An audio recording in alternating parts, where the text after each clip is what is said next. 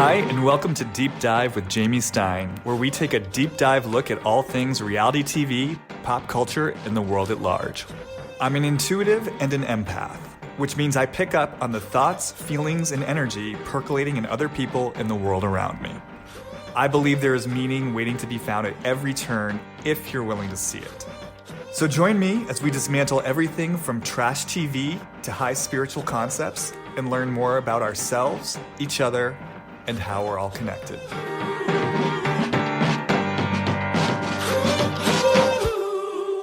Hi, everyone, and welcome back to another episode of Deep Dive with Jamie Stein. Whew, today feels like a doozy. I need this particular episode because I've been getting very, very, very triggered by this latest season of Real Housewives in New Jersey and this conflict between one Jennifer Aydin and the rest of the cast. I've said on this podcast before, I don't typically get triggered by the Housewives, but every once in a while there's a cast member or there's a conflict that gets me up in arms, and the season of New Jersey is doing it. So I felt a very deep need to get into it, to sound off, to say some things, to discharge this powerful energy that wants to flow through me. And I thought, who better to join me in this little journey than one half of the powerhouse duo that hosts Dumpster Dive podcast, Tom Hamlett.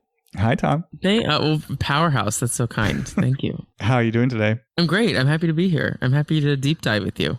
All right, good. So we're going to get into New Jersey today, but I felt like maybe before we do that, we're recording this, what is today? Tuesday, March something or other. March 14th, 15th, the day that will go down in history is the day that Katie and Schwartz broke up. Yes, the news just broke of the separation, not a divorce quite yet, but separation between Tom and Katie. So I feel like we got a lot to get to in terms of New Jersey, but maybe we can just quickly touch on this since it is a breaking news. Do you have any immediate thoughts, impressions? Before I give my thoughts, I do want to say that I love Katie and I like Schwartz fine. I do find that he is a bit of a gaslighter with her, and I am looking forward to a chapter of her life without him, maybe. And I don't know, I just their relationship on television kind of played out to me as as we've progressed, it felt like more friendship than relationship, and always been very open about the lack of sexual relationship and his just lashing out. I don't know. I almost felt a bit of a relief when I saw this. How did you feel? Yeah, no, I felt similarly. I feel like it was a relationship that's probably better off ending than continuing. I mean, unless they were really willing to do the deep work, right? Which it didn't really seem like either of them were completely available to that, or that they would even necessarily know where to go to truly do the kind of deep work they would need to do to really get to the bottom of stuff. So I agree with you. I'm surprised, actually. I thought they were going to stick this out much longer and beat it to the ground before they would get out. Probably the show helped in that regard. I think probably Katie seeing things play out on TV, probably, because it sounds like from Tom's post that this was Katie's decision. So yeah, I agree with you. I'm relieved for her. I just hope for her that she does the work she needs to do to not repeat similar patterns. I agree with you. I've always been very vocal that I think Tom plays the part of the nice guy, but that, there's a real secret shit stirrer in him, and that, he really would use her emotions against her. That said, my feeling for Katie has been that it's worked for her to be with a guy like him. I feel like my sense of Katie is that it's felt safer for her to be with this man child who she gets to mommy than to be with a guy who's really going to step up and meet her as a man. I think that notion for her on an unconscious level is really scary. And I think something about Schwartz, the little baby, was a lot safer for her. So my hope and prayer for her is that she can maybe start to look at what was it in her that sought out a relationship like this in the first place, and how does she get comfortable with those parts of herself she would need to get comfortable with in order to say yes to a more fulfilling relationship. Because I can feel it. It's that's where she loses control, I think, when she's in a fulfilling relationship. I agree with all that. I also think that, I'm curious about your thoughts on a lot of these shows and where you can kind of feel the show, where the show's presence is in a relationship. Because like, I'm curious of how much of their relationship was based around keeping the show going unintentionally. Like they were bonded together because of this. Like they started out, they were together right when the show began as this like fun party couple, and then as the show progressed, they kind of became the rock for the show that no one kind of maybe saw coming. And then as the show crumbles, these relationships crumble, not only theirs, but like I think a lot of the Vanderpump cast like relationships crumble, and I wonder like how much of the show's demise like leans into these people's demises as well. Do you know what I'm saying? Yeah, well, especially because with Vanderpump Rules, for me, it feels a little bit like the chicken and the egg, because I feel like that show, in a way, was a reflection of the codependency and collusion that already existed within this group. You know, like this group just felt so bound together in their little insular way. And then in a way, that's what the show was about. Just this kind of claustrophobic world that orbits around Sir.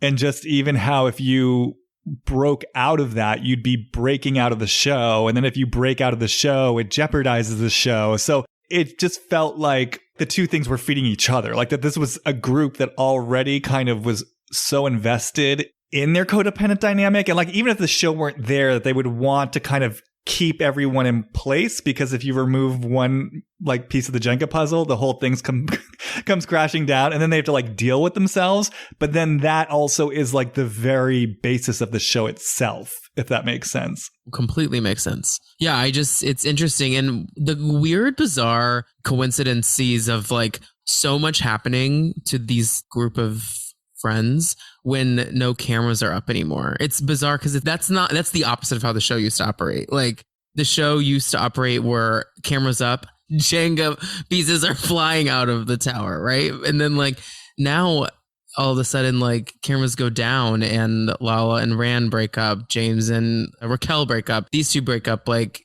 I don't know, it's what the show has become. It's just very different. I don't know.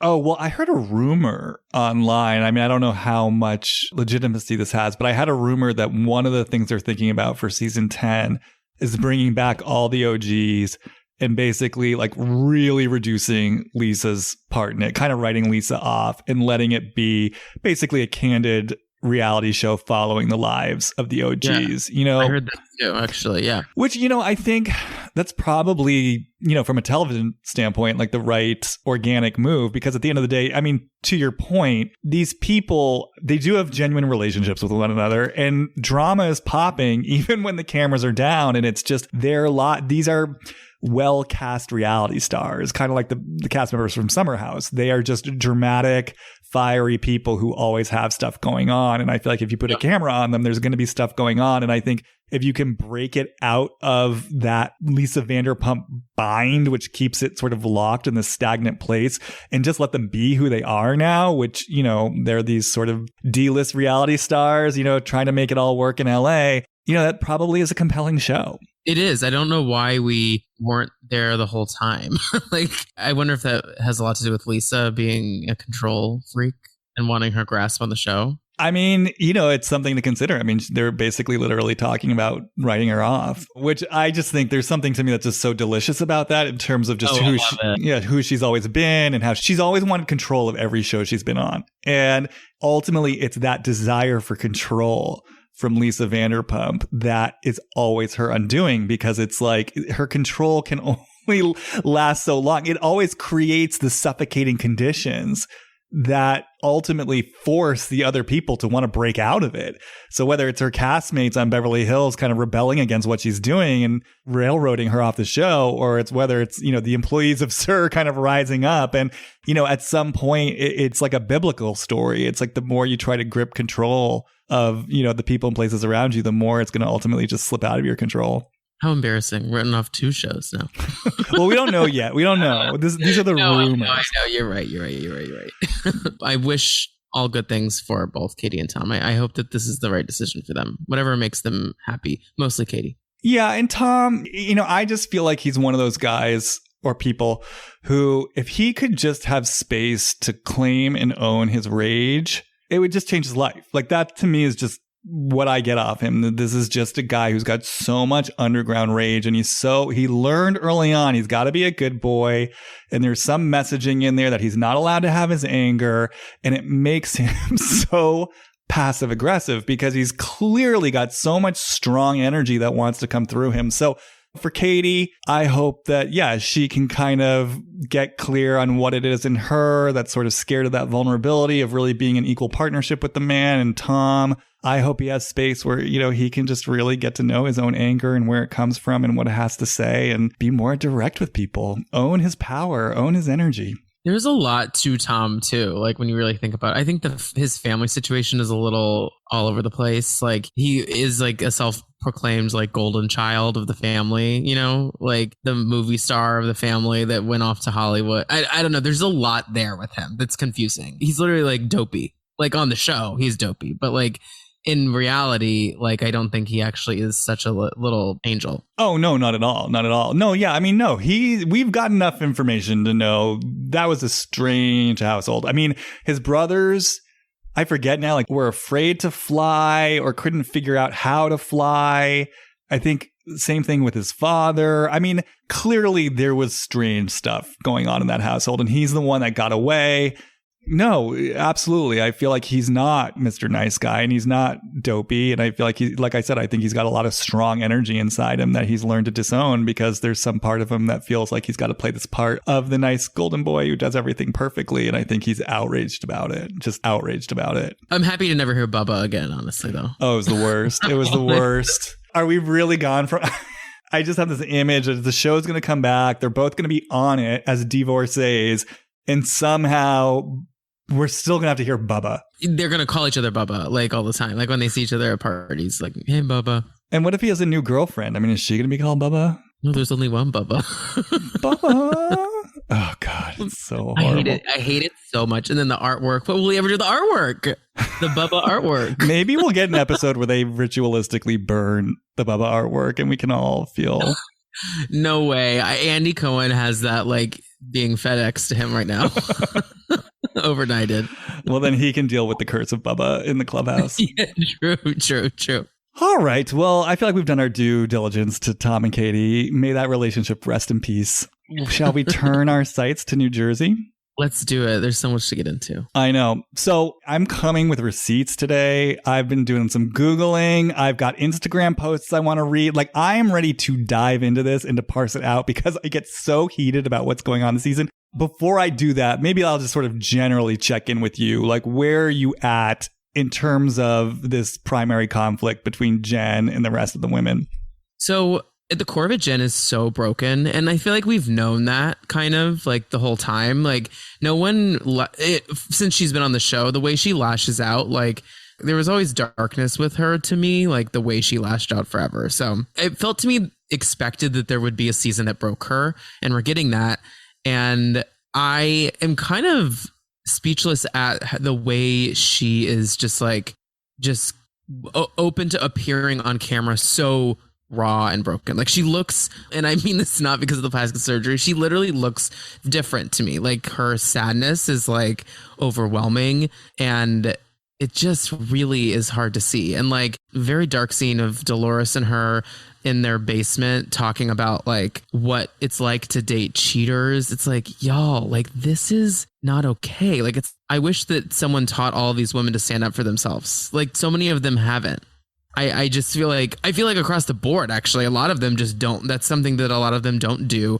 They don't stand up for themselves to men, or it takes them a bit to do so. And once again, I'm not a woman and I'm not straight, so who am I to say how that experience is like? But like, she is breaking my heart a little bit in the way that she's reacting to all this. And seeing Bill also, the way he just sat back and like let her just stand up for herself alone was just, that also was very, very hard to watch for me. But overall, I like watching the show because they're all kind of cuckoo bananas and they all have so much darkness that it's fun to see a show sometimes where like we're all meeting on the same level of like crazy and not all different levels. I feel like they all have an equal amount of problems. Yeah, I mean, to be honest, I've always thought that Jen has shown up pretty I mean, I'm hearing the voices of protest as I say what I'm about to say. So I'll say a few thoughts all at once. I mean, to me, she's always shown up pretty raw and real and authentic. The voice I hear is, yeah, obviously, especially when she first came on, she came on strong in terms of being very invested in her home and her lifestyle and portraying herself in a certain way. Although to me, that felt maybe not true to who she is in her core, but true to who she is in life. Meaning, like, I didn't feel put on for the camera. It felt to me like this is who this woman is in her life. I mean, I actually have a lot to say to that because I'm one of the few people who liked Jen from the beginning. I liked her from her first season. I've always liked Jen. I have a soft spot for Jen. And I mean, basically, when Jen sort of came on the scene and she came on really strong, you know, I remember like they went somewhere, I want to say like Wyoming or something. They went to some, you know. Oklahoma. Because remember, she had to apologize to Oklahomans, I believe. Yeah, so they went to Oklahoma and Jen was snobby and she was coming on strong and she was acting pretentious and she was acting rude. And she was like bragging about her house and she was bragging about the view. But the thing that I really remembered in terms of my experience of that was, you know, there's someone like Heather Dubrow, for example, who just to me, although she's a little different this season, but typically Heather Dubrow is just very snobby and snotty and superior. The vibe I got off Jen that season as she was sort of boasting about her home and the view was, this is like an odd duck. She just felt weird to me. She felt eccentric. She felt like she didn't know how to fit in. And I really felt fundamentally like this was a woman who was trying to connect with the others and that she was someone who was genuinely excited about her house, genuinely excited about where she lives, genuinely excited about the view, and wanted to share that with the other women as a way to connect. Now, was it misguided? Yes. Was it tone deaf? Yes. Like I said, she felt tone deaf and eccentric and a little weird, but I didn't feel like it was necessarily superior or snotty. And then what I remember of that trip is that Margaret actually confronted her about how she was behaving and how rude it was to the host. And what I really remember was Jen actually took it in. And she actually apologized. And then I remember her running off to the little trailer or wherever it was she didn't want to sleep and like, you know, making a go of it. And I remember when I saw that, I was like, you know what? She's a good sport. Like she heard what Margaret had to say and she took responsibility for her behavior and she made a change. And so for me from the beginning, even though Jen is clearly flawed and oftentimes her own worst enemy, and we'll get into that. And I do think, yes, she gets very reactive. She's very quick to like get in there with her own insult. I have always sensed her heart. You know, I've sensed her desire to connect with others. And I've also sensed her ability and willingness to look at herself. And I feel like we've seen her settle into that more and more over the seasons, climaxing now where, to your point, like she's not deflecting this. I mean, from that first party when Margaret brought up the affair, like she didn't sit there and deny it. She was like, yeah, that happened. And she's owning her feelings, you know, in a way that to me feels actually very powerful. I actually loved that scene with Dolores. I thought that was one of the most powerful scenes in Housewives history. I don't mean to say I didn't like it. It was just like, it was real. Like one of the more real things we've seen, like, in a while, I feel, to me. Like it was how she was just straightforward, like, I'm not over this. Like to Dolores about, you thought you were over it 10 years ago and 10 years later you're not. It was something like that. And she replied like, I'm not. So my only thing though with her, and I don't think these two are similar necessarily in many ways, but I'm just going to use this comparison for a second. She reminds me of Noella in a couple ways, in the way that they feel they were like manufactured in a factory to be housewives. Like she bought that house to be a housewife. There's this like famous, I'm talking about Jen now. Jen like famously tweeted, did you see this tweet? No. Like forever ago, where it was like 2008 and she was like, at Bravo Andy, like I would be the perfect New Jersey housewife or something like that. Like she's manifested housewife. I think she's built everything in preparation for these moments. So like, I feel like up until last season, she was like cooking along as like, oh, I'm doing it. I'm changing the game. I'm making my imprint, all this stuff. And then what happens to most housewives is they hit like a real reality moment and they're like, oh, fuck, what did I do? This is what I would say though. And this is why I think a lot of the women are triggered by her.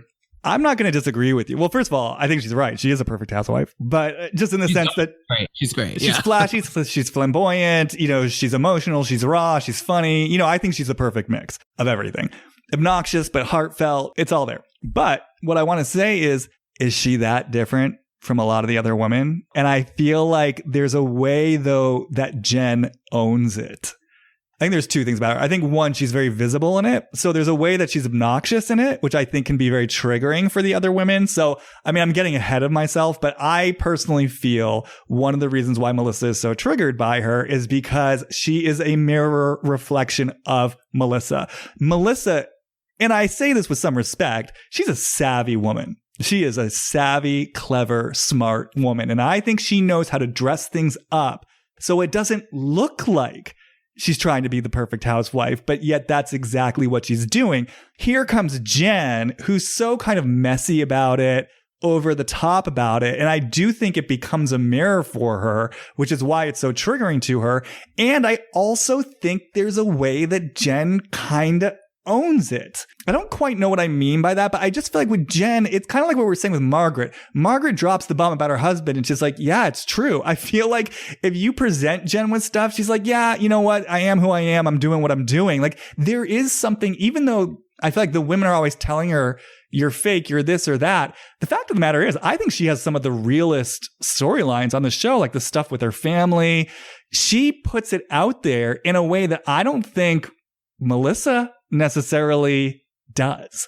So I think sometimes what we're seeing is a woman who really is sort of standing in as like a huge blinking neon reflection for shadow aspects of some of these other women, at least. The comparison to Melissa is perfect. I was thinking that, like, because Melissa did the Jen move before anyone did when she came on the show.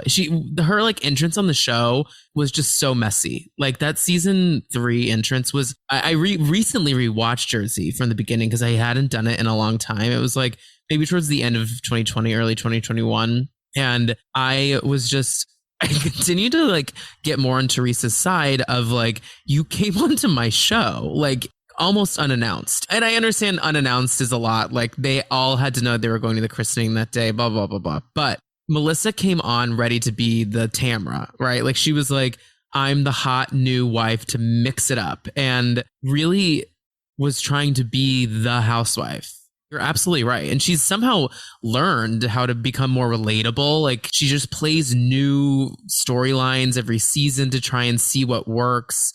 And I think you're right. That is what gets under her skin about Jen, because Jen is just like, I'm doing it better than you ever did. Well, and I do it obviously, and I'm getting away with doing it obviously. I think that's the part that chaps Melissa, because I agree with you. And this is why I say she's savvy. I mean, and I really do mean this with respect. I think Melissa is a smart, savvy woman.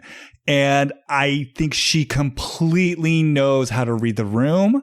She obviously has her finger on the pulse of the viewership. And yes, you see her modulate herself every season based on kind of what the reaction is out there in the cosmos. And like I said, I mean, she's really good at it, but she knows how to do it in a subtle way. So much so, like to your point, you forgot who she was when she came on the show. And by the way, I did too for a minute or two. In recent seasons, she's just become more and more kind of louder and more visible to me in terms of her machinations. But she did a fucking good job of like reeling it in and repositioning. And so, yeah, I think there's clearly something in Melissa around that kind of people can't see the wheels turning. Like that's her voice. It's like you can't let them see the wheels turning. There's something about that, in that it's some sort of, I mean, it feels shameful. It feels like an admission of power in some way. If people can see how badly I want this and how invested I am in it, that's like the loss of power. And that's the place where I can be shamed.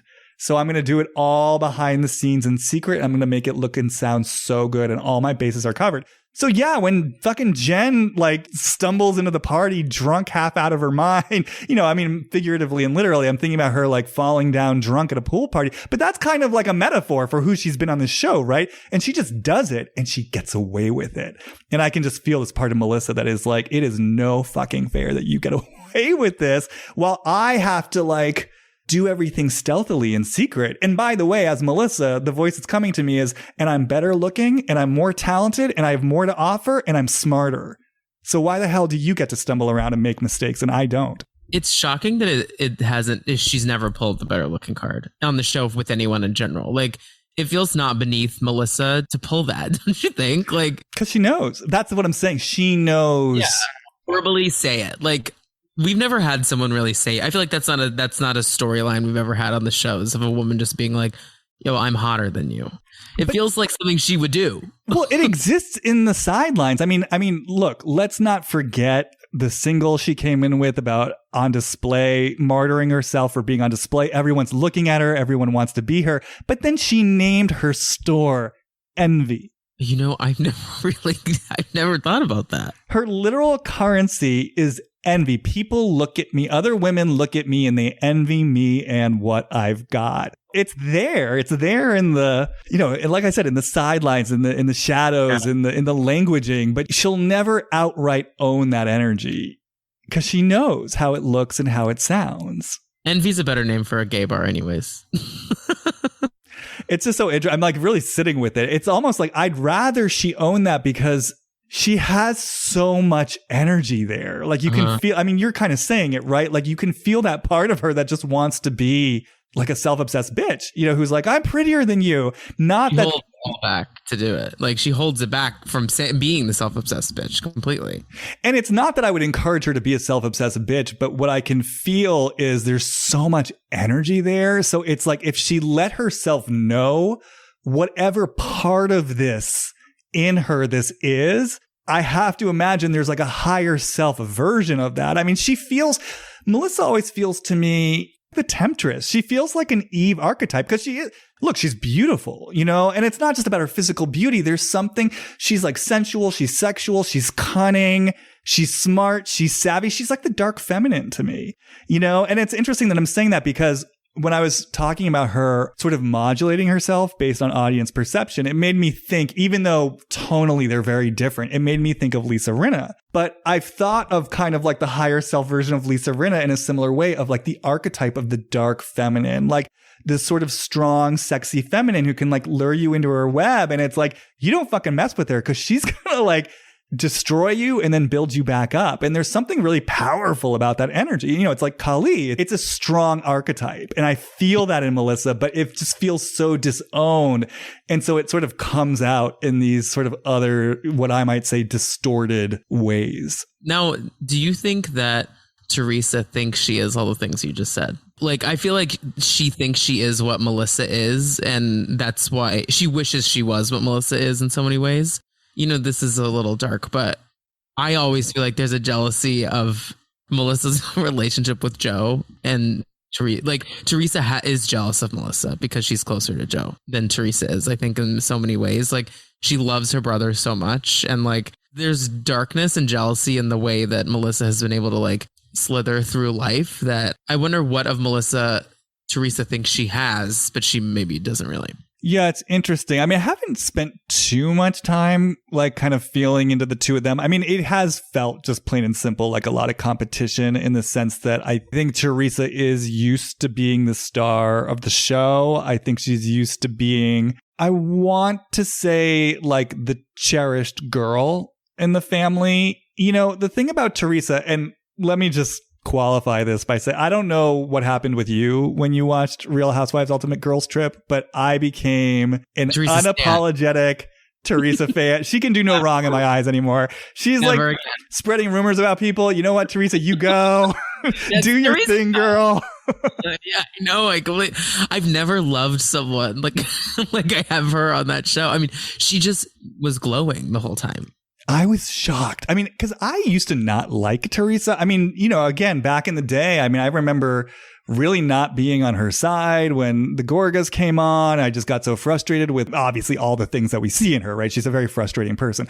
But yeah, on Real Housewives Ultimate Girls Trip, like her vulnerability, her shocking level of like self-awareness that she never seems to show on the actual mothership show of New Jersey. And even just the way she was navigating Melissa, where it really felt like Teresa in a lot of ways sees her for who she is. she still may not like her as a person, but she understands at this point, look, it's my sister-in-law. She's on the show. I'm just going to give her that grace. And there was just a kind of, I don't know if I'm going to call it a maturity, but there was something about the way she showed up on Girls Trip that just felt so vulnerable and demonstrated a growth I had never seen from her before. And I felt, even though obviously this guy is not necessarily the best news, I felt her deep investment in wanting this relationship to work. And my heart just opened to Teresa in a way that I never thought possible. And now I'm just a tree hugger through and through. I get it. I completely agree. And seeing her next to Ramona, you really understood how dumb Ramona is. Like, oh, Teresa? If Teresa can fully tell you, like, she read Ramona immediately in those moments. Like, she got her immediately. She's like, you're not a girl's girl. Like, she would catch her up on her words and be like, you're not, like that Italian dinner they had. Like, she was like, just immediately was like, Ramona, no. And it's like, she just read her immediately, but she can't read a lot of people in the state lines of New Jersey oftentimes. Well, it's almost like what comes to me. I almost wonder if there was a relief for her around not having to be the star of the show. Oh, yeah, that's a good point. You know, like she's not carrying this. It's not her vehicle.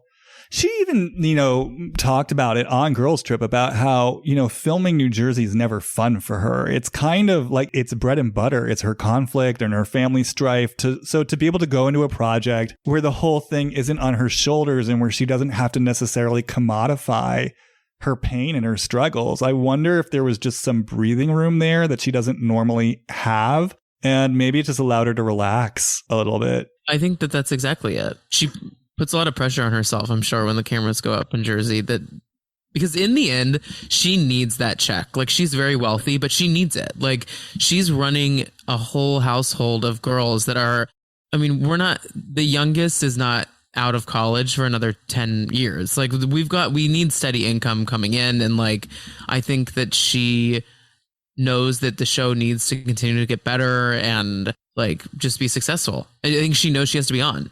And on Girls Trip, it was an easy check and she got to relax into it. Yeah, the burden wasn't on her shoulders so much. So just to circle back around to where this all started, I think with Teresa, one of the things that I'm always aware about with her, and I feel like it never gets talked about, and yet it's like probably the number one thing that I'm most drawn to about her story, is the fact that she and Joe are first generation Americans and that her parents were literally immigrants to this country. And just what that experience must have been like for her to grow up as a girl and as a young woman in this really traditional Italian-American household. And she revealed it on Reunion recently. She was not allowed to go to college because she was a woman. I mean, that's how conservative it was. And I know everyone loves Nono and I get it, but even in his old age, when he was near death, you could see, this was a guy, he definitely had a strong energy. We know he and Joey Gorga had a strained relationship. It did not feel like she was growing up in a household that maybe was necessarily welcoming of all voices and all feelings. And so the reason why I'm just saying this is, when I think back to this notion of Teresa's investment in being kind of the cherished girl of the family, I feel like she probably does have a lot of stock and currency in that, because that's where she could have her power. That's where she could have her currency, like as a human being. Like, there were so many things being denied her by virtue of just being a woman. And I think there were so many things she wasn't allowed to say and to express. It feels like what she did have was, oh, Teresa, you're the star of the family. You're the special girl. You're the princess of the family. And I think obviously we see she was so accustomed to that and she played that part so well. So yeah, I think when Melissa comes in, and I think probably Melissa did come in, with that energy that we're talking about of like, Melissa wanted something. You know what I mean? She wanted something. She was getting it in terms of Joey and her relationship with Joey. There was a lot of talk back then about Melissa kind of aping Teresa's style. I could see that. Like, Melissa wants to be the star of the show. So you've got Teresa, and obviously I'm speaking metaphorically here, right? Before the show even existed. Teresa's used to being the star of the show. It means a lot to her because it's kind of her domain in this family system. And then here comes Melissa kind of angling in from the sidelines, being like, no, wait, I want some of that spotlight. I want to be the star of the show. I want to take your brother from you. So yeah, to me, it's always just felt like this clash of wills between two women who both want to be the star. Absolutely. That's the show. Like sometimes want more of their fighting sometimes, or their, because I feel like there was almost like a truce written up off camera that was just like, we have to be done with this. Like we can't fight any longer. But it's clear that to me that they don't like each other, but they might love each other, but they don't like each other. Maybe that's it. Like don't want to be in each other's presence. The show makes them do that, but I think they're grateful for the show to keeping their family together. Yeah, it is so interesting. It's like, I feel like, yeah, there's simultaneously a kind of maturity to it where I feel like they both have kind of understood we've got to kind of let this go for the sake of the show and the family, which I think is right, you know, and that's what I'm saying. I think there's a patience that they practice with one another now that in some ways is really refreshing because you never see that on Housewives. You rarely see people really being willing to let the other person just be who they are and to kind of accept the limitation. But to your point, I also think you're right that there's just so much underground resentment there that's never quite getting named that feels so alive and juicy. And, you know, it would be interesting if we could somehow go to those deeper levels. I think it was just frustrating because they were never really taking it to that deeper level. So the show, seasons 3, 4, and 5 just kind of kept circling the same thing over and over. So it's like either you gotta like deepen this and go to the real stuff and stop fighting about sprinkle cookies or, you know, who like said what on one Christmas card, or else you gotta just like call the truce and be okay with each other. I also on the record hate sprinkle cookies, so I'm on Teresa's side on that. Like I said, I'm on Teresa's side with everything now. Like, I mean, same. The only thing, well, okay, I gotta know though, like, where are you at with Teresa somehow comparing like Marge's actions to Jen, like her thought process of like what she did to Jackie and what Marge did to Jen, about how she's like, what I did wasn't as bad because it was a lie. Well, I know this is strange. Okay, I want to be clear. I don't condone what Teresa did. And I have my thoughts about that, about why she was triggered by Jackie. Even though I like Jackie more this season, I think that Jackie does position herself as, I think she gets a lot of mileage out of being the victim. Like there's kind of a victimization energy to Jackie. And I think for Teresa, who has like been this soldier throughout her life and taken so much on the chin. And then of course, the last few years, like literally went to jail, held her family together, went through this divorce. I just kind of get this sense that Teresa looks at Jackie and just sees this kind of like weakling who has it all. And it's like, why do you get it all? And what the fuck are you complaining about? Like, and kind of like, yeah, it's just that feeling of like, I can't afford to be weak. I don't get that space. I don't get that permission. I mean, kind of like what I was saying, it just feels like there was so much that wasn't allowed in Teresa's experience and her upbringing. You know, like I got to be strong. I got to be tough. I got to hold it together. I don't get to indulge these kinds of feelings as a girl, as a woman. And then, yeah, I think to sort of look across the way and see Jackie with like her perfect life, the house, the husband. And she's even acknowledged like she finds Evan really attractive. He's her type of guy. I want to take her down. Like her when I say weakness, this is from Teresa's perspective. Her weakness infuriates me because it's not something that I'm allowed to have. And it's not something I feel like I can afford to have. And I think especially coming out of like the prison sentence, I just get the sense with Teresa, there's a lot she still hasn't processed.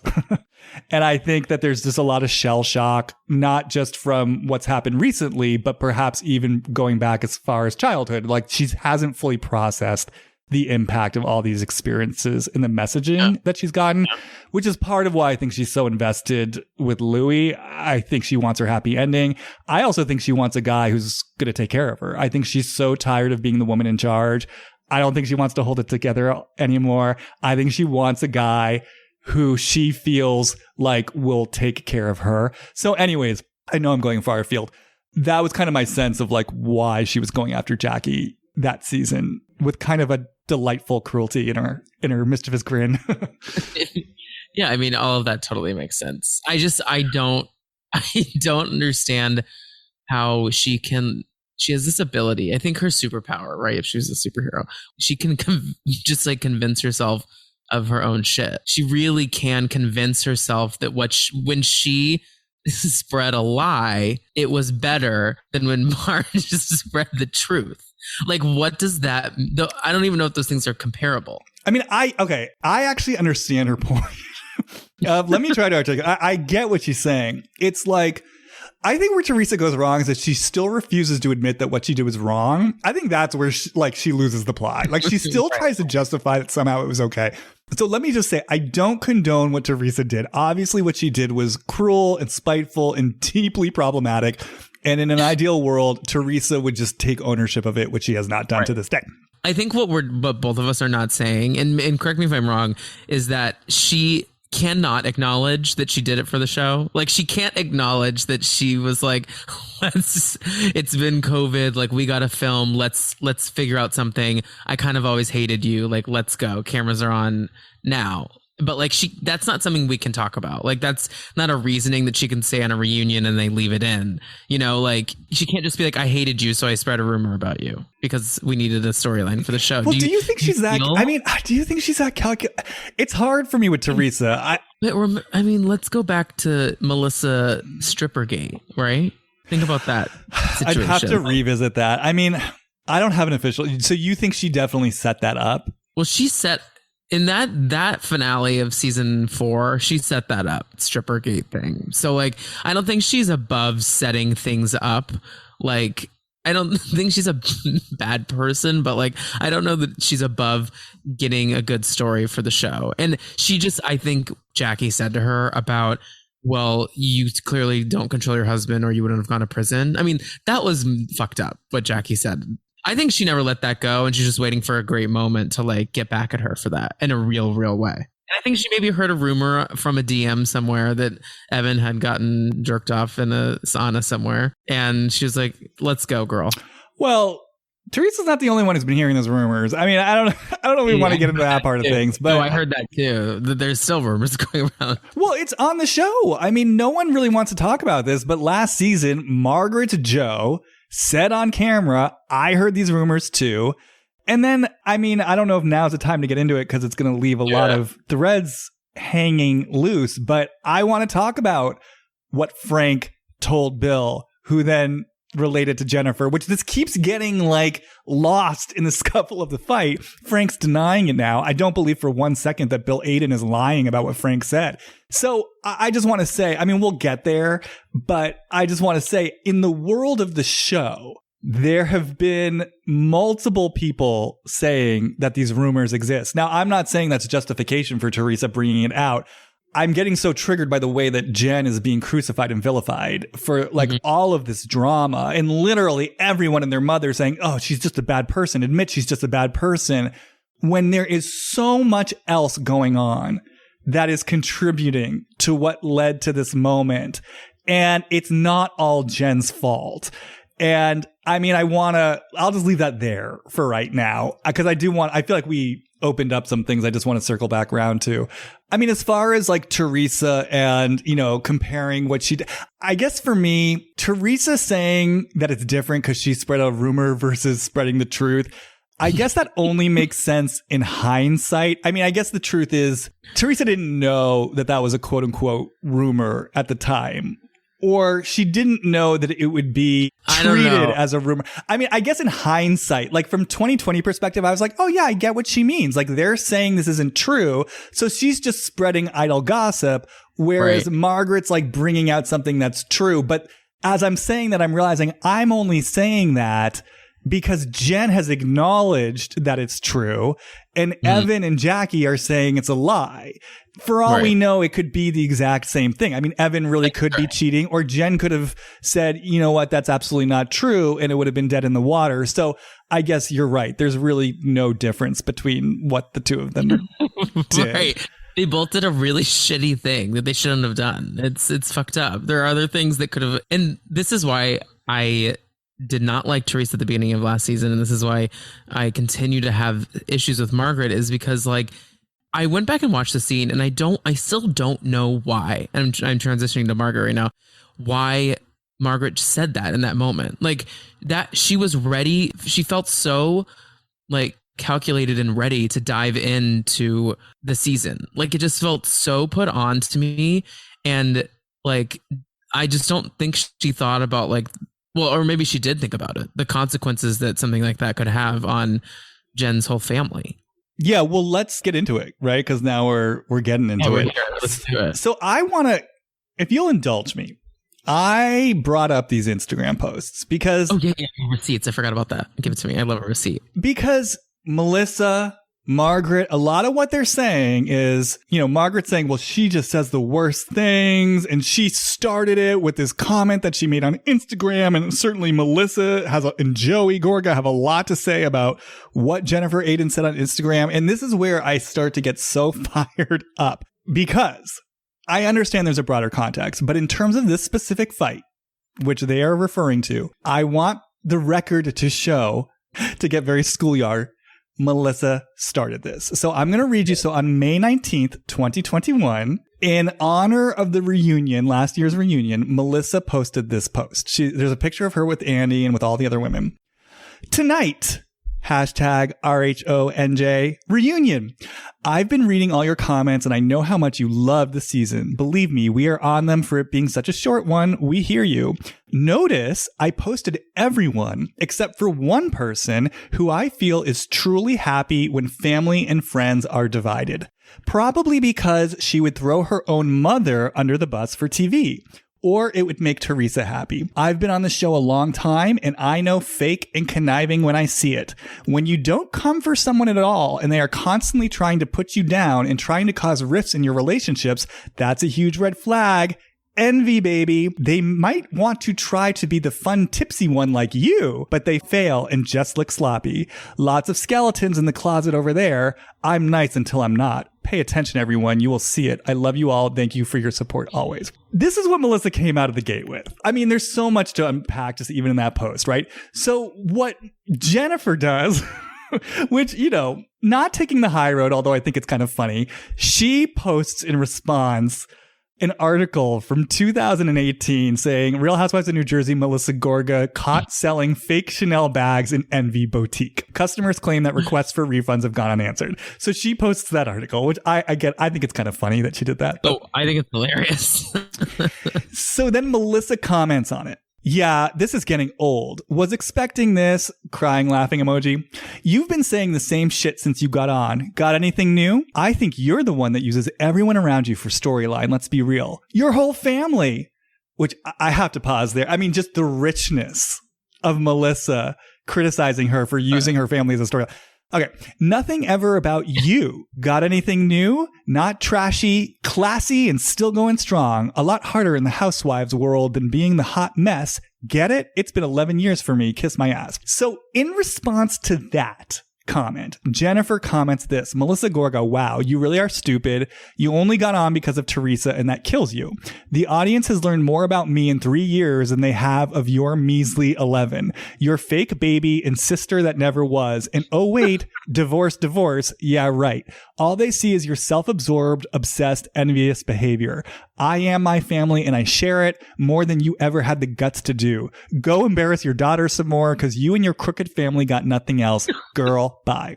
So this is what sets the whole thing off. Look, there's so much to say and I want to check in with you, but what I just want to say first and foremost is just what's driving me crazy about this is like the way the women on the cast frame this as, can you believe what she did? And can you believe what she said? And she made these posts on Instagram and she called our family crooks, which I have stuff to say about that as well. Therefore, she deserves what we're throwing at her. And in Margaret's case, she deserves, to have her skeletons thrown out there. I mean, I know there's more to Margaret's story and I'll get into that in a moment, but I just want the record to show fundamentally, in terms of the specific squabble, Melissa went there first and Jen was responding to what she said.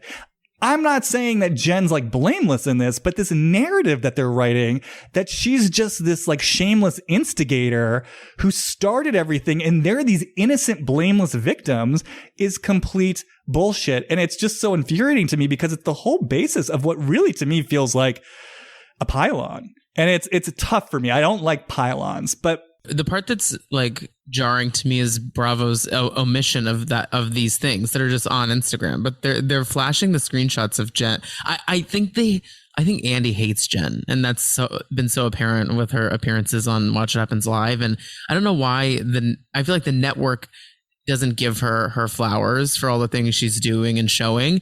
And you see it in this moment where, like, on the show, they have yet to show any of those posts that you're referring to. That's public. We could all get to it. Like, and yet they're referring to this. They're just like highlighting this like crooked comment over and over again, which Joe is saying that she called him a crook, which she didn't. Don't even get me started. She said you're crooked family. So I guess you could infer from that she's calling them crooks. She doesn't use the word crook, but like, first of all, I just want to say Jen has repeatedly tried to tell them I was responding to you. And this is what I appreciate about Jen. If you go back to that fight, like at the Shore House, she literally said, yes, I was trying to hurt you. Yes, I was being spiteful. Like I was reacting to what you did and I was spiteful.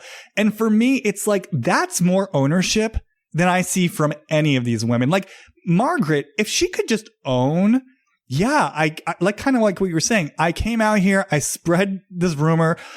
I was being vindictive. You've hurt me and I wanted to do something to get back at you. For me, I'm like, okay, like I can work with this, but it's for all of them, not just Margaret, Jackie, to a certain extent, Melissa. It's like getting on this high horse as if they're blameless and they're not in the dirt with Jen. Like Jen's just the one in the dirt. They're all on the high, on the high road. That's sort of what's infuriating to me. But to go back to the crooked comment, I just want to say, first of all, Joey is claiming he lost a deal because of that. He said that at the Shore House. He's like, I had a deal fall through with someone because you accuse us of being crooks. First of all, I do not believe that for 1 second. I do not believe for 1 second that some potential partner of Joey Gorga's was on Melissa's Instagram, saw a comment within a comment where Jennifer Aydin said you're crooked family, and because of that lost the deal. No way do I believe that. So right there, he's just lying to further vilify Jen. But then on top of that, it's like he's going to get so up in arms about being called crooked. This is the man. And don't get me wrong, I kind of like Joey Gorga. Like, I think he's funny, like whatever. But this is the man who it's been exposed that he was posting, like taking credit for renovations that he didn't do on Instagram, like literally lying about renovation jobs that he didn't do. I mean, totally exposed. And I think he like went back and claimed it was a misunderstanding or something. But no, it wasn't a misunderstanding. You were misrepresenting jobs you didn't do as your jobs. And so I'm just sitting there like, you're going to look at one offhand comment that Jennifer Aydin made in response to your wife making one of the most passive aggressive posts that she could ever make and try to fault her for your reputation now as someone who's not reputable, rather than taking ownership of your actual outright lies that you've been caught in. I'm just like, get out of here with that. Also, his point to Bill is that, like, and I'm not saying this is the right point, but like he keeps saying to Bill, like, you should tell your wife when she's out of place, like blah, blah, blah, blah, blah. And it's like, okay, by your logic, like you should have done the same when Melissa just eviscerated Jen for absolutely no reason. By your logic, Joe, like if your wife is acting out of line, you put her in her place. Like, where are you when Melissa is acting amok? Like a not needed post that she made on Instagram, completely unneeded. And Joe's logic never makes sense. I mean, on the one hand, he's saying he wants Bill to take his side, right? Like out of some sense of loyalty or obligation or doing the right thing. And it's like, Joe, you're asking him to take your side out of loyalty against his own wife? Like, this doesn't make any sense. I mean, by your own code of honor, it's family first. So basically, you're saying you want Bill to turn on his own wife in order to fulfill some bro code? When it comes to Joey Gorga, it's clear, much like Teresa, it's basically just, you got to be loyal to me. And if you're not, there's an issue. And he dresses it up in different ways, but that's fundamentally what it comes down to. And there's no rhyme or reason to it other than just, you're speaking against me, therefore you're the devil. They're all walking double standards, every single one of them. I can't handle it sometimes. Well, and so then that's the thing with Margaret, where it's, I think she keeps saying, you've had so much to say about me and, how my relationship with Joe started and sort of slut shaming me. Which, I mean, it's true. Jen has had things to say about that. But to me, the reason why that falls short is my experience of their time on the show together, and you can weigh in on this or correct me if I'm wrong, is they've given it back and forth to each other. And has Jen said things about, Margaret being a slut or whatever? Absolutely. Has Margaret called Jen a concubine?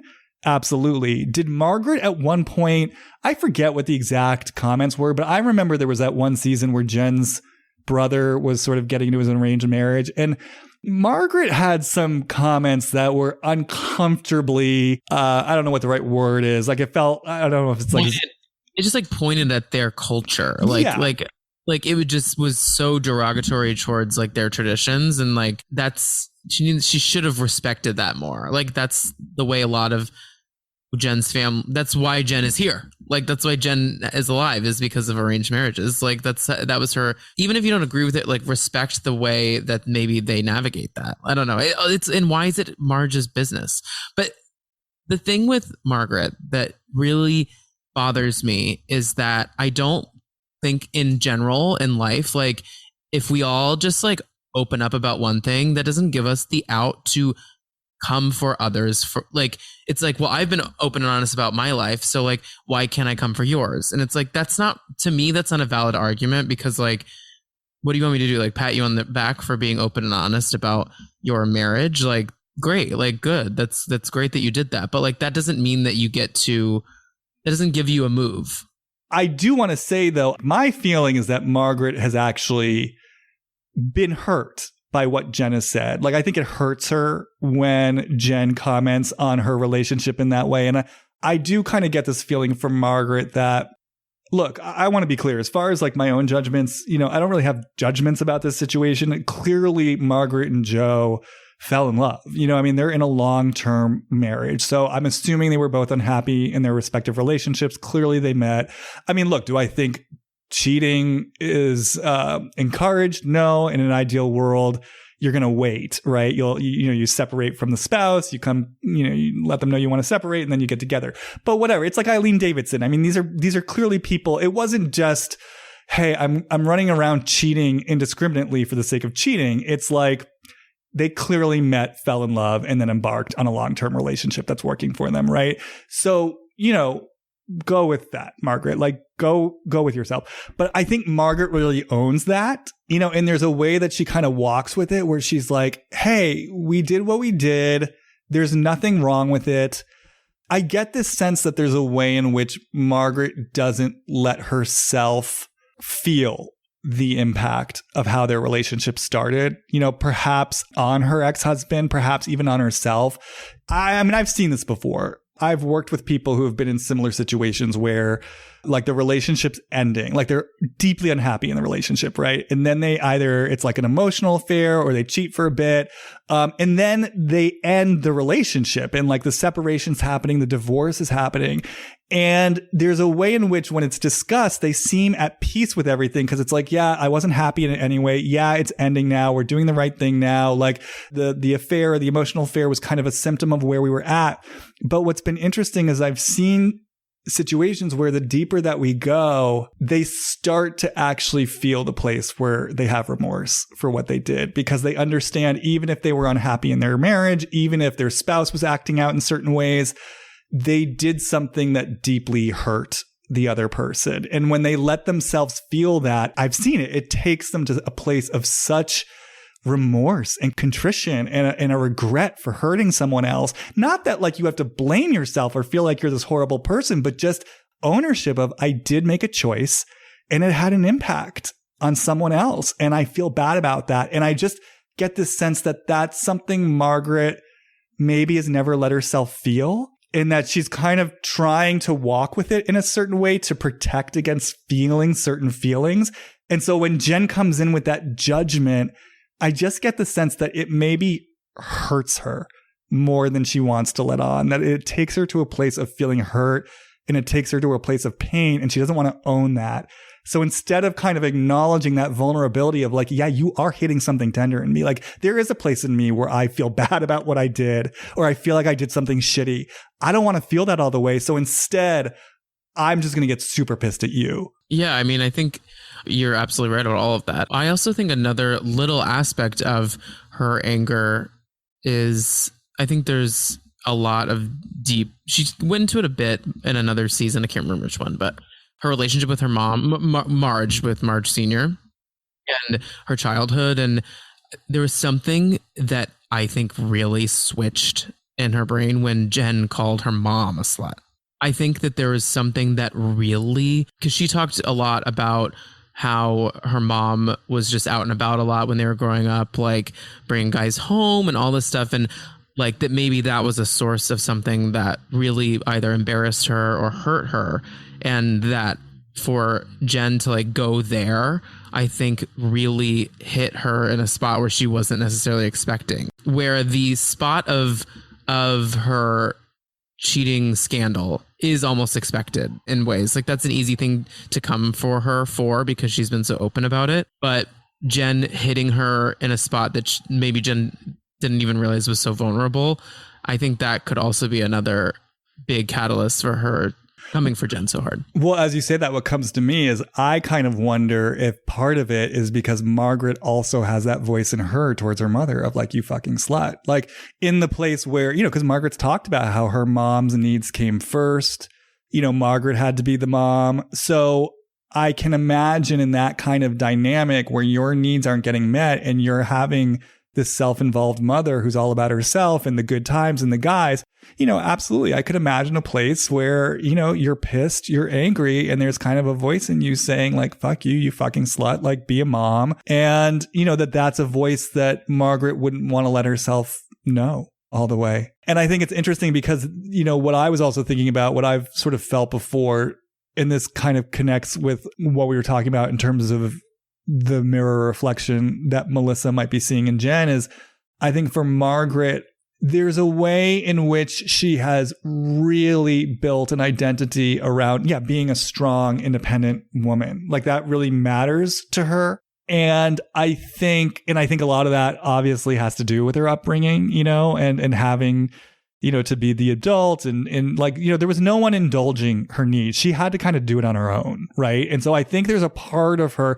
kind of like, it's interesting. It's a similar flavor in the same way that I feel like there's a part of her that maybe doesn't want to feel the impact of her choice to cheat. It's almost like I feel as part of her that maybe doesn't want to feel the impact of having been a woman who's had to like do it on her own all this time. So she wears it like a virtue. I'm an independent. I'm strong. I do it on my own. But that there's likely a part of her inside that's so deeply wanted to be taken care of and wants to be taken care of. And so then when she looks at Jen and she sees this woman who, again, kind of almost to like a distorted degree or makes a spectacle out of it, is like, I let myself be the spoiled princess. I'm the woman who's taken care of by a man. He takes care of me. He pampers me. He does it all for me. And I love it. And I make a show of it. I could see where in Margaret, like it would trigger something, you know, in the place where she's never had anyone to take care of her, and in the place where she might want someone to be taking care of her, and in the place where she would never want to let herself know that some part of her wants someone to take care of her. Because again, there's just that deeper vulnerability that I feel like she hasn't felt permission to feel. Well, I think she was her like truest self in that moment where Jen is like sitting on the couch, like crying around the bread sculptures in Dolores' RHONJ. And she's just like, get up, stop, pull yourself together. When she said that to Jen, I'm like, oh, this is her. Like, this is her conversation with herself. Like, get your ass, in the words of Kim Kardashian, get your ass up and go to work.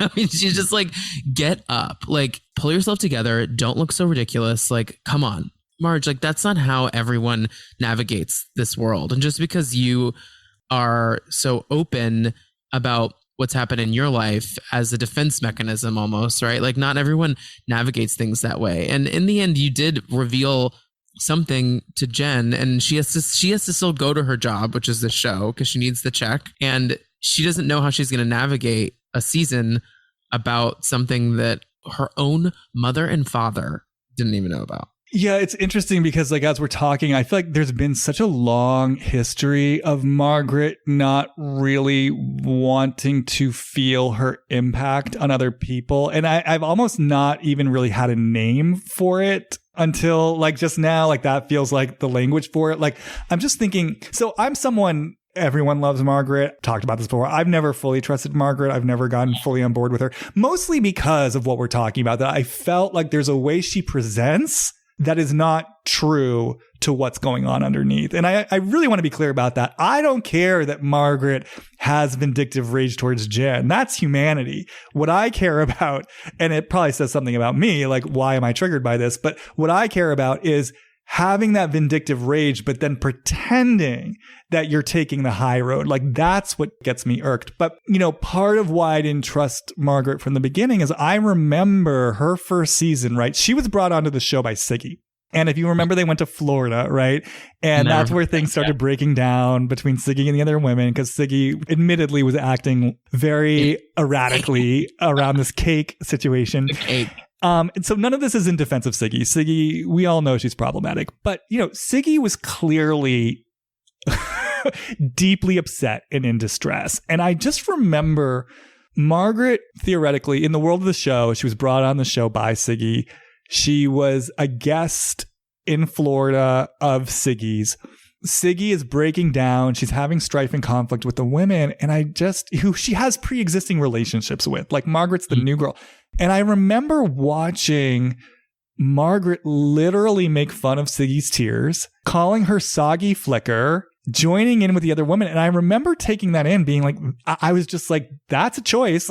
I mean, that's a choice. I mean, again, if it's me, if you invite me into a circle of people and we go on a trip together, and yeah, you're acting like strangely and being difficult and dramatic and everyone's mad at you, it's still a choice for me to look at that situation and, one, not be a peacemaker, two, not abstain from the situation, but three, I'm actually going to go in and actively make fun of you and call you names. And I just remember thinking, like, that to me says something. And anyways, the reason why I'm saying all this is I remember when she and Siggy kind of made up for the first time and they had this breakfast at some diner. I just remember Margaret didn't take responsibility for what she did. And I remember kind of Siggy sitting there kind of trying to articulate something. And again, it's hard because Siggy is her own worst enemy and she's dramatic and she makes things so much worse for herself. But there was something Siggy was saying, which was like, you were making fun of me. You were calling me names. Like, you were piling on for no reason. And I just remember Margaret wouldn't take it in. And I remember they got to kind of some bullshit resolution and Margaret was like, oh, this is great. We're like, we're like friends again. And it just struck me like there's something about this where you're skirting around what you did and then acting like everything's cool. And so what I'm saying is I feel like for as long as she's been on the show, there's been this way where Margaret wants to act how she wants to act. And she wants to take things out on people the way she wants to take things out on people. And she doesn't want to take in the impact of her words or actions at all. And I just think that's interesting because we're seeing it this season. She's refusing to take in the impact of what she's done. Right.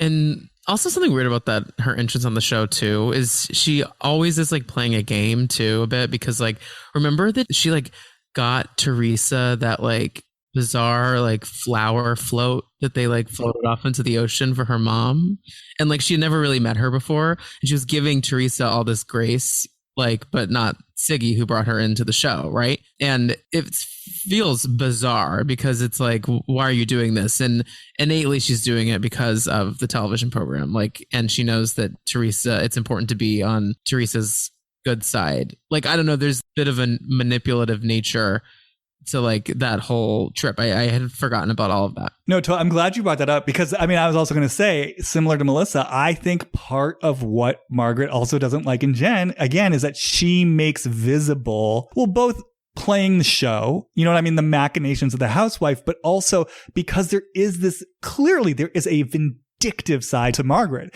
And I mean, we saw that with Danielle. I mean, and don't get me wrong, I was on Margaret's side in terms of, she was showing up for Danielle with her wedding ceremony. Danielle went crazy. Totally on Margaret's side through all that. That was wild. That was wild. I forgot about that too. But then you saw how deeply Margaret internalized it. And what does she do? She goes around the next season and literally befriends Danielle's like soon to be ex, right? Marty, inserts herself in Danielle's divorce, literally. And this is a man, by the way, she pushed into a pool and thought was funny. So, I mean, again, that's something I always kind of talk about. Like, I know everyone thinks that's cute and funny. I always looked at that and was like, you push someone into a pool. Like, I don't think that's really cool. I think if it weren't Marty and if it weren't someone connected to Danielle, I don't know how people would be feeling about that, to be honest. But, regardless, you pushed this guy into a pool last season. Now you're cozying up to him. And not only are you cozying up to him, you're literally trying to paint Danielle as 100% responsible for their relationship and saying, that woman got between you and your children. And I'm just sitting there like, wait, Margaret's supposed to be the level-headed one who everyone stands. Like, she's literally trying to blame Danielle for the fact that Marty clearly made choices in his relationship with Danielle that alienated his children. And she's trying to now pin that all on Danielle. And she's sitting there with Marty literally saying, you're not getting back together with that woman. And I guess, again, I just bring this all up because there are these examples throughout her run on the show of a true vindictive rage. Like, when Margaret feels hurt or misunderstood, she goes for the jugular. And so, again, I'm just bringing this up in terms of I think what she sees in Jen, Jen, as we all know, can be this reactive person who will go for the jugular when she's hurt. She goes for that swipe. But again, she's very visible in it. She doesn't hide it.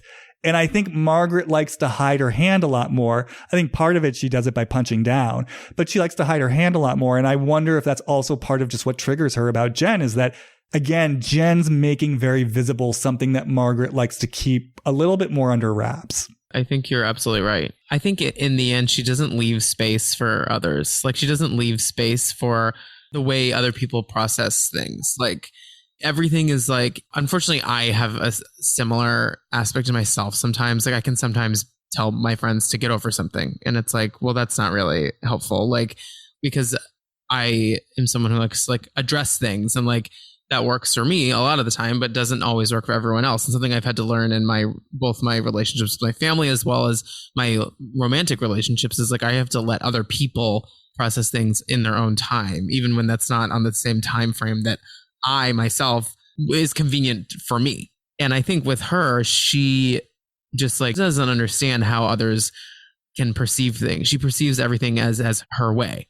I don't think she knew that she was being calculated almost. I think that's do you think she really thought about that? Part of me thinks she didn't. That's just the way she navigates life. No, yeah, I think she felt genuinely justified in what she was doing. But that's what, for me, makes it so toxic. She's taking this high road, not realizing she doesn't have a high road here. She's being vindictive, and she's making people into monsters simply because they hurt her. And I think to your point, it's I don't think she creates space for her own tears and feelings, kind of like what you were saying. Get up, get back to work. There's no room for this. There was no room for Margaret to have her feelings growing up. We know that much. She had to be the adult. So it's sort of she won't create space for her own vulnerability, her own needs, her own wants. She's created this currency in her strength and her independence. But I think in that place where she disowns all that, when she gets hurt and when she gets misunderstood, and by the way, I'll say this, I think I did a video about this on Instagram. I really felt part of the reason why she was so enraged with Danielle was because of this voice that says, don't you see how hard I'm trying? I was showing up for you. I was trying so hard to help you I had good intentions, and you're not seeing them, and you're making me the bad guy. And so to me, I was this just feels so much of what went on with her mother. It's don't you see how hard I'm trying? And in the place where those good intentions get missed, she just becomes enraged. And yes, it is vindictive, and she does have it out for these people, but she convinces herself, no, I'm the good person here. I'm just doing what's right. You're the hypocrite. You're the bad person. And again, that to me is what makes it so dangerous and makes it so triggering, because truly, and I don't know, I mean, as someone, it doesn't sound like you've been a Jen Aydin fan. I'm a little biased because I've liked her.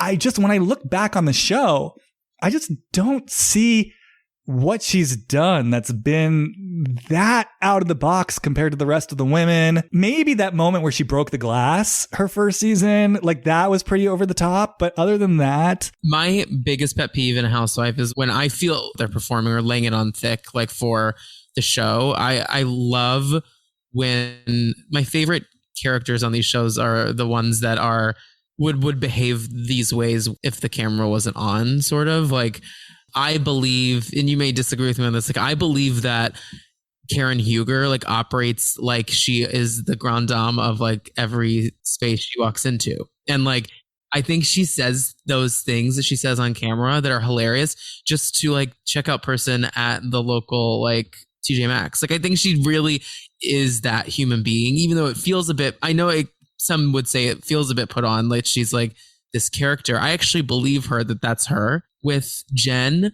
you've convinced me a bit, I will say. Like, I put a new perspective on her, but there's just some things, especially early on, that I just feel that were so laid on thick for the show. And I think that she really does not perform well in a reunion. I think when you were saying that you don't like the gang up thing, and she ends up being the person that they gang up on a lot because she is like out there and says things, but she doesn't perform well when pushed into a corner. And I don't know a reunion where she's come across likable. Like, even last season, I was having fun with her, and then the reunion rolled around and I was like, what the hell is happening? Like, yeah, no, reunions are her worst. Look, I mean, I think, it's funny because there was this moment in the Jersey Shore fight. Like, there was a precise moment where I was like, Jen, this is where you lost the plot. Like, she was handling herself and she was explaining it. And she was like, look, I was just reacting to you and I wanted to hurt you and da, da, da, da, da. And then I don't know what someone said, but it was that moment where she was like, and then Joey comes in like a girly little bitch. And I was like, no, Jen, like, why did you have to go there? Because it's like, those are the moments where she gives them the ammunition. And those are the moments where she helps them write the story. And it kills me because I experience Jen as a smart, perceptive, not all the time, but at times emotionally intelligent woman. Because the thing is, this is an archetype on the Housewives, right? The woman who, when she feels backed into a corner, is just going to go for the jugular. So it's Brandi Glanville, it's Kelly Dodd. Like, what did she say? If you throw a bomb at me, I'm going to throw a nuke. But for me, with Brandi Glanville and Kelly Dodd, they just feel very mentally unwell in a lot of ways. And so it's just like, oh God, like, go and get help and like do what you need to do. I get frustrated with Jen because I feel so much like great raw material in her. And I do feel so much sincerity. I think she loves her. Like, I just feel, again, call me crazy. I know a lot of people are going to disagree. I feel like there's something fundamentally good about her. And so it just kind of kills me when she so easily falls prey to these moments where, yes, clearly she feels attacked. She feels hurt. Her ego is wounded. And then she just comes out of left field with these ridiculous comments that are kind of like her bid for control or power. And to your point, it's so strange because what we're seeing this season is she does actually have a capacity to drop in and be with her feelings of vulnerability. Like, again, I kind of love that about her this season. I love that she's showing up to these events. She's being true to how she's feeling. She's not trying to like puff her chest up. She's not coming in hot at all. And maybe it took something like this that was just so big to like get her to this more undefended point. Although, as I'm saying this, I have to remind myself, then at the Jersey Shore, she makes the comment about Joey Gorga. I don't know what that was about. Maybe it was because they were coming in so hot and heavy towards her all at once. But, to your point, no, absolutely. She gets cornered or her ego is bruised and she comes out fighting in the worst way. And she is her own worst enemy. And if there were one thing that I could like change for her, I just wish she didn't give in to those moments.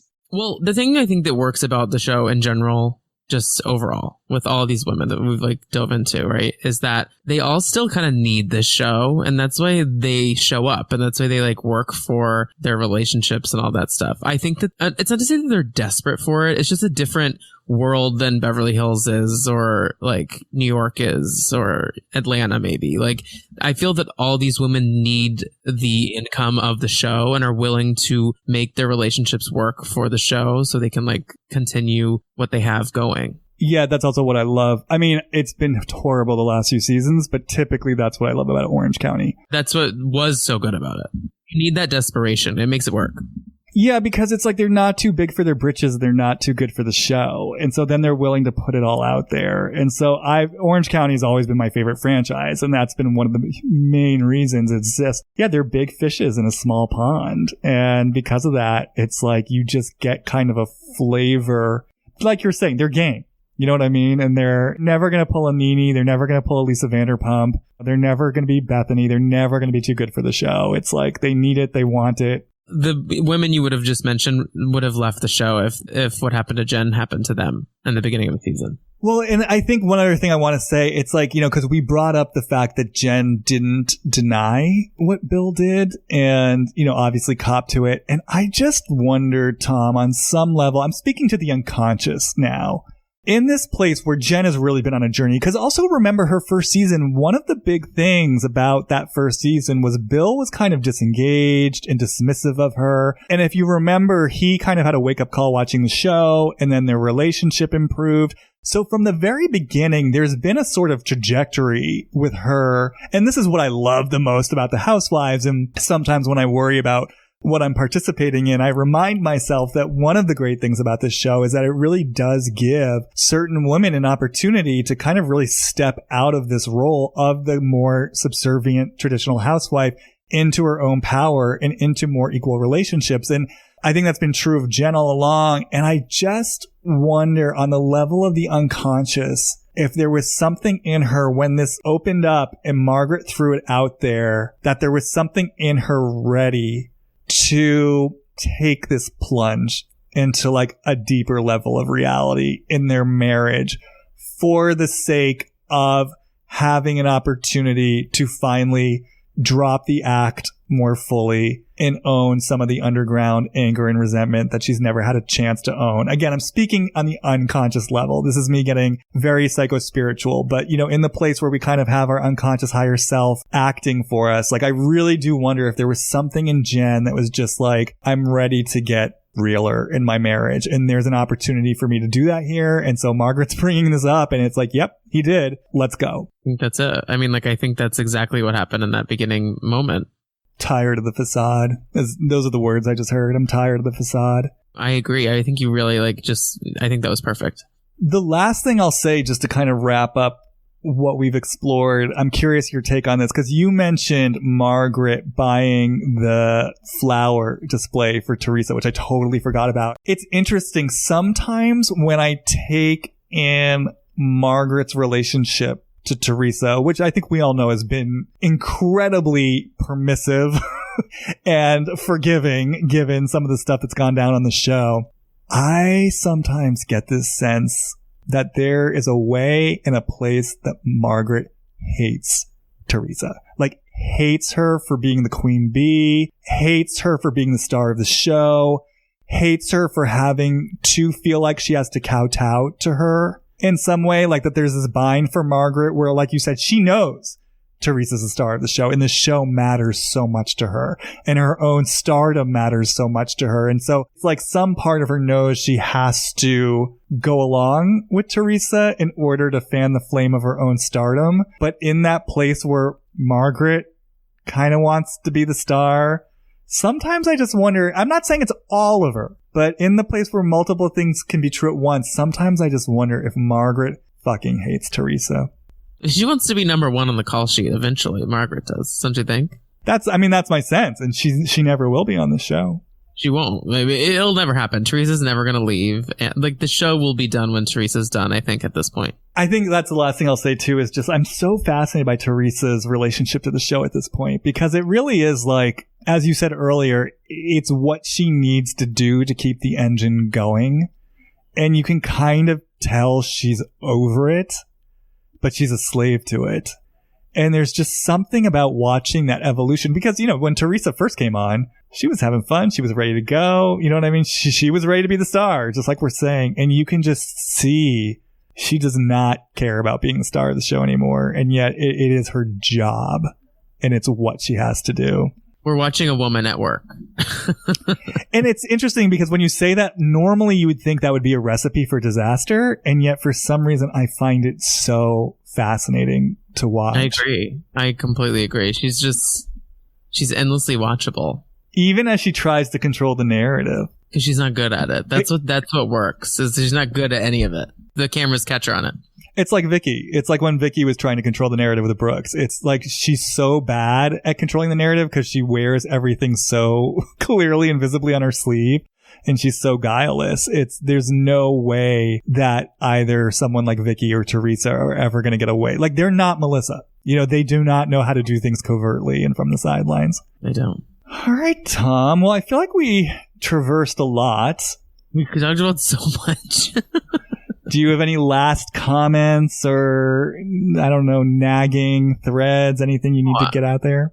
I don't think so. I really don't. I mean, I think we touched on it all. I mean, these women are endlessly captivating to me. I love the resurgence of Jersey, like, in the last 5 years. I think it's really found its own new era. And I think Jackie and Jen, love them, hate them, they were wonderful, necessary presences on the show. So, all right, great. Well, tell everyone where they can and should find you. Yes, you can follow me at the Tom Hamlett on IG. And then the podcast I host with my sister is called Dumpster Dive.